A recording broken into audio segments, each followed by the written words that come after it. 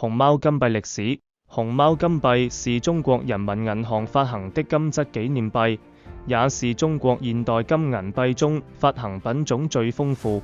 發行量最大的代表性幣種。其發展歷程可分為5大階段，完整梳理如下：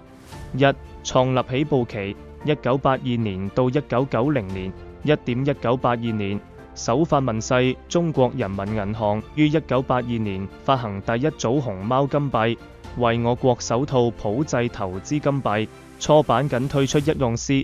2分之1盎司、4分之1盎司、10分之1盎司4種規格，未標面額。正面主景為北京故宮閣樓，背面為大熊貓吃足圖案，專供國際投資與收藏市場交易。2.1983年，規格與標識升級，1983版熊貓金幣首次標面額1盎司金幣面額100元，並新增20分之1盎司規格，進一步豐富產品線。同時，正面圖案改為北京天壇祈年殿，奠定後續熊貓幣正面天壇、背面熊貓的經典格局。2、工藝與規格拓展期1991年到2000年。1991年，克級規格問世，推出1克熊貓普製金幣，填補小規格投資幣空白。同年發行中國熊貓金幣，發行10年金銀紀念幣，其中5公斤金幣為熊貓幣此類規格首創，創下當時世界鑄幣最大規格紀錄，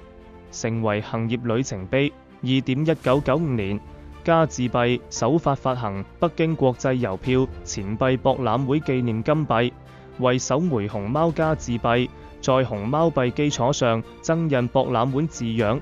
拉開熊貓幣主題衍生發行的序幕。3、規範化發展期2001年到2017年。2001年，圖案與定位定型明確，正面主景固定為北京天壇祈年殿，背面以竹林熊貓、拇指熊貓等題材為核心，幣面設計與發行規範徹底統一，投資屬性與收藏屬性進一步平衡。2.2012年，政策扶持升級中國熊貓金幣，成為全球唯一免徵增值稅的實物黃金投資品，極大提升其在國內外投資市場的競爭力，成為大陸黃金投資者的核心選擇之一。4、交易創新期2018年到2024年。2018年，上交所掛牌交易2018年9月12日，熊貓金幣正式在上海黃金交易所掛牌交易，實現央行發行加交易所流通的雙軌模式，打破傳統紀念幣僅限收藏市場的局限，正式納入標準化金融投資品體系。2、後續發展，陸續推出精製熊貓金幣、加字熊貓金幣、高規格大規模熊貓幣等品種，並優化鑄造工藝，新增熒光、微刻、彩色工藝等，提升藝術與收藏價值。自1982年起連續發行，每年更新背面熊貓圖案，是全球少數年年換景的投資金幣。不過值得注意的是，自2016年起，熊貓金幣全面改以克 G 做重量計量單位，自此所有規格皆少於1盎司，1盎司31,1035克。這是熊貓金幣發行史上的重大規格與計量體系調整，